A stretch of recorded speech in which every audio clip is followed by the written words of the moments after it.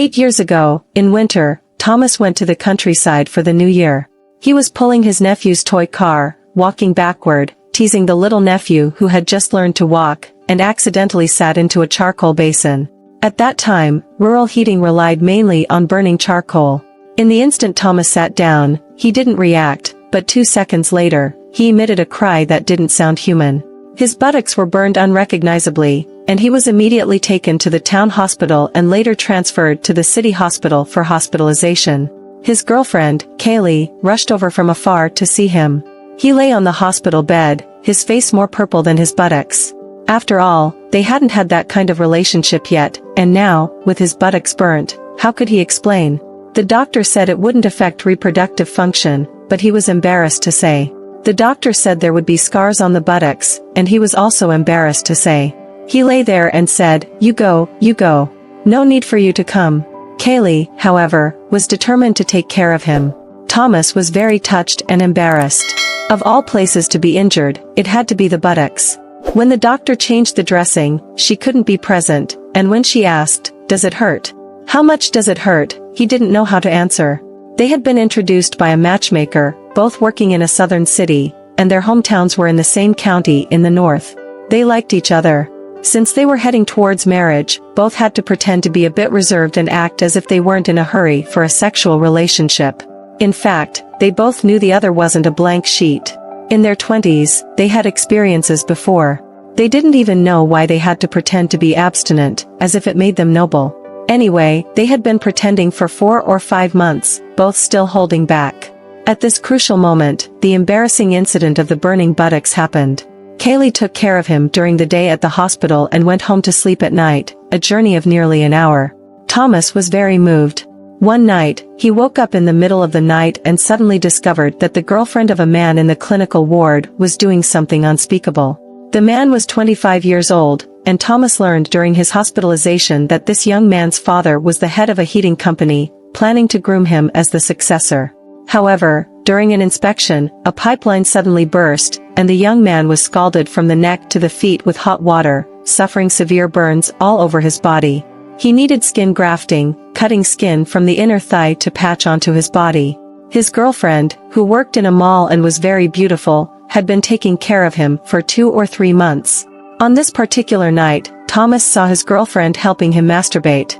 In the moonlight, he saw it very clearly, the quilt rising and falling, his girlfriend's body outside the quilt, passionately kissing him, her hands moving under the quilt. The next day, Thomas treated this incident as gossip and told Kaylee, you know, last night, I saw that woman using her hand to help him with that, in a 3-person ward. They are really shameless, aren't they? Ah? Really, shameless. Although there was only moonlight, I saw it very clearly. They didn't draw the curtains? Maybe they thought we were all asleep. Kaylee stopped talking, stealing glances at them, looking at them with disdain, analyzing, and seeming embarrassed for them. Unexpectedly, at night, Kaylee suddenly leaned over to Thomas's ear and whispered, they've only known each other for half a year.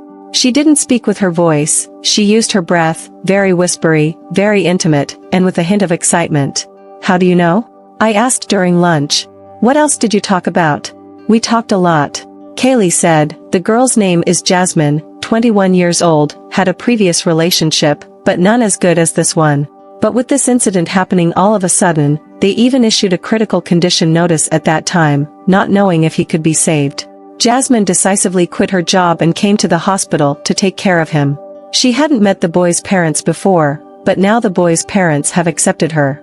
Her dad is the company's CEO, and Jasmine is just a counter clerk, definitely not leaving him. Kaylee concluded, don't be so materialistic. Maybe she is sincere. Otherwise, how could she help him in the middle of the night? Oh, you're talking about it again. Kaylee blushed and hit him. Thomas laughed. If it weren't for this incident, would she have been interested in them? Gossip is truly a human instinct engraved in the bones. But he saw through it and didn't expose it. After some thought, he said seriously, put yourself in his shoes. He has been in the hospital for 2 or 3 months. Everything else got burned, but that aspect didn't. Having needs is normal. Kaylee stared at him with a pair of smiling eyes, stopping him. I didn't think about learning from him, don't misunderstand. If you want to learn, go ahead. I won't learn from Jasmine. You can't learn even if you want to. He can lie down, but I have to be on all fours every day. Say it again. If you say it again, I'm leaving. Thomas reached out to pull her. Give me a kiss before you go. The two of them exchanged a soft peck quietly. After Kaylee left, Thomas lay on the pillow and laughed. He knew Kaylee must be laughing outside, walking and laughing. He really wanted to get better quickly, he was growing fonder of her. And after these days of being together, when he recovered, the two of them would surely naturally fall in love. Just because they witnessed the late-night exercise of the other couple, the relationships between the two couples suddenly got closer. In theory, it shouldn't have happened. After all, Thomas and Kaylee both looked down on such behavior. However, despite looking down on it, they were happy to interact with them. Usually, they took care of each other, whether it was boiling water or cooking. The young man was named Nolan. Thomas's buttocks healed quickly, and when they parted ways, both couples seemed reluctant to say goodbye. Let's stay in touch on WeChat, don't forget each other in prosperity, hurry up and leave. Their goodbyes were a mix of casual banter, becoming less dignified as they continued, but their friendship was genuine. After returning to the South, as Thomas expected, his relationship with Kaylee also evolved into another level. With almost no preparation, the two of them ended up on a bed together. More than half a year passed, and they began to discuss marriage. On the other side, Jasmine's partner was also discharged and lived in the house bought by the boy's father for them. Although Thomas was far in the South, whenever he returned to his hometown, he had to take a train from Nolan's city. Nolan and Jasmine repeatedly said, "When will you come back? We'll treat you to a meal." This time, when he went back to discuss marriage, he made plans to have a meal with Nolan and Jasmine. Hearing that Nolan had a tough time undergoing 2 skin grafts, with both his father and Jasmine donating skin, the conversation turned to Thomas's wedding plans, what to buy, what to prepare, where to hold the ceremony, and it was a lively discussion. At that moment, Nolan suddenly grabbed Jasmine's hand and said, "Let's get married too." Everyone was moved in an instant. Thomas said, "If it weren't for the fact that you can't drink, I'd get you drunk today." Jasmine said, "I'll drink for him." The three of them finished a bottle of white wine, crying and laughing, all in the name of youth. Then Thomas and Kaylee got married. 3 months later, Nolan and Jasmine also got their marriage certificate. From then on, every time Thomas and Kaylee returned to their hometown, they would have a meal with Nolan and Jasmine. Their dynamics gradually changed, the four of them collectively gaining weight, their faces becoming rounder, and the two women both having big bellies together. Later on, they would eat while holding their children, eat while the children ran around, eat while the children bickered nearby. After 6 or 7 years, they became inseparable, ironclad friends. Well, not entirely inseparable. The matter of Jasmine helping Nolan with exercise was something Thomas and Kaylee never mentioned. After the pandemic, Thomas's company downsized, and he was laid off. He decided to drive for Uber, but Kaylee was not pleased. She worked as a clerk in a small company with a modest income. If Thomas's income became unstable, they wouldn't be able to make it in the South.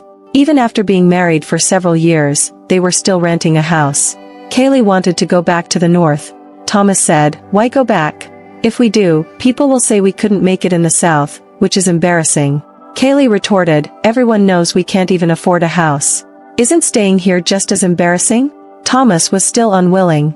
Kaylee, half understanding and half angry, sometimes felt exhausted juggling work and taking care of the child. She began to feel a bit of despair. One afternoon, when Kaylee was off work, Thomas suggested, "How about I take you out for a drive?" He drove his car, which he bought for 80,000 yuan, aimlessly with Kaylee. They ended up in the outskirts. "I've never taken this road in all the years we've been here," he said. He stopped the car, looking at the newly built houses in the new rural area on the side of the road, each representing a happy family. "Kaylee, want to have a round?" he suddenly said. "In the car? Come on." He began to explore. Their rented house was small, and they slept with their child every day. It had been a long time since they had done this. Kaylee felt his touch, and coupled with the discomfort, sadness, hopelessness, anxiety, and helplessness these days, she decided to let go. They ended up on the back seat. They gasped for breath, undoing each other's belts. Kaylee only took off one leg, and Thomas's pants were pulled down a little. They combined with a clang, then went at it like there was no tomorrow. At a critical moment, a face appeared on the window glass. It was probably a local farmer who saw the car shaking and came to check.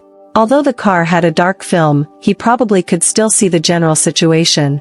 Thomas and Kaylee were scared stiff, not moving, facing the face outside the window.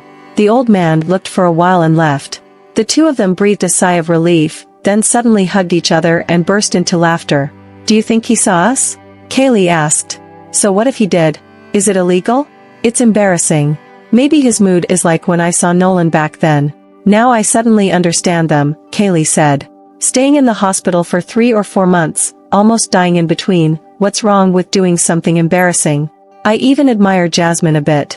"Did you think Jasmine had impure intentions back then?" "Yeah, now it seems pretty pure, just not leaving him." "Similar to us," Thomas said. Kaylee hugged him tighter. "Similar," she said. They finished their intimate moment. At that moment, she understood why Liang Yusheng always summarized such scenes as the great harmony of life. It was indeed harmonious, and there was a sense of moving. It wasn't just a simple piston movement, but a way to deliver all the recent restlessness and troubles, offering an indescribable comfort from head to toe. When Kaylee and Jasmine got in touch, they chatted aimlessly, sharing recent updates. Soon after, Nolan called, urging them to come back and join him. He now held a significant position in his father's company, and arranging a relatively respectable position for Thomas wouldn't be difficult. Excited, Kaylee immediately told Thomas about it, and he found the idea promising. They decided to return to their hometown. Nolan and his wife warmly welcomed them. After a few rounds of drinks, Nolan asked if Thomas could start at the grassroots level for a few months, allowing him to gradually move up, as Nolan needed someone of his own beside him, not just his father's courtiers. Thomas agreed without hesitation. "Now with advanced equipment, there won't be accidents like 7 or 8 years ago," Nolan assured. "If such an accident happens again, I'll let my wife take care of me under the covers in the middle of the night," Thomas said, a bit incoherent from the drinks. Kaylee burst into laughter and playfully punched him on the back. However, Nolan and his wife were stunned. "Take care of what?" they asked. "Oh, it's been so long, forget about it." Kaylee intervened, trying to smooth things over. Jasmine suddenly remembered something, laughing so hard she couldn't straighten her waist. While laughing, she slapped Nolan. He looked bewildered. "During your hospitalization, one night, you asked me to help you with my hands," she finally managed to say. "Oh, damn it," he said. "Did you guys see it?" "Only he saw it. I didn't spend the night there," Kaylee said. "Was I playing so excitingly back then?" "If you hadn't mentioned it, I would have forgotten," Nolan said. "Don't, this can't be forgotten, such a humane scene," Thomas said. "Thomas, don't give me high hats. I don't know what you and Kaylee were whispering about behind my back," Nolan teased. "We're not the kind of people who gossip behind others," Thomas replied. "Not gossiping would be strange. You guys remember this little thing so clearly. Tell me, didn't you have any secrets?" Nolan prodded. "We didn't. When Thomas was in the hospital, our relationship was pure." "How pure?" "Pure enough that talking about your affairs made us blush." "Blushing means you were stimulated." "Stimulated, you moved in together right after leaving the hospital, not even a second later." You. Kaylee turned to Jasmine. "Look at him." Nolan said, "Thomas, you have to finish this drink, I'll go easy on you. You see, I facilitated your intimacy, at least indirectly. You can't deny that, can you?" "I admit it," Thomas said, downing the drink. Nolan still didn't let him off. "You also have to admit that you envied me back then." "I envy," Thomas said, downing another drink. Kaylee and Jasmine were both laughing uncontrollably, curious about what these two drinkers would say next. Nolan continued, "You also have to admit that I found the best wife in the world." "I admit it," Thomas raised his glass, saying, "but I also found the best wife in the world." "Cheers to your NEI," Nolan said. Thomas finished the last drink, feeling a bit unsteady. Repeating in his throat, he said, "My wife is also the best in the world. My wife has never looked down on me. I'm unemployed, poor, can't afford a house, but my wife has never despised me." That night, they ended with both laughter and tears. Intoxicated, they criticized their absurdities, feeling proud to live so vividly. As for the incident many years ago, well, once you have children, you develop a thick skin. The most embarrassing secret became a laughing matter among these carefree friends.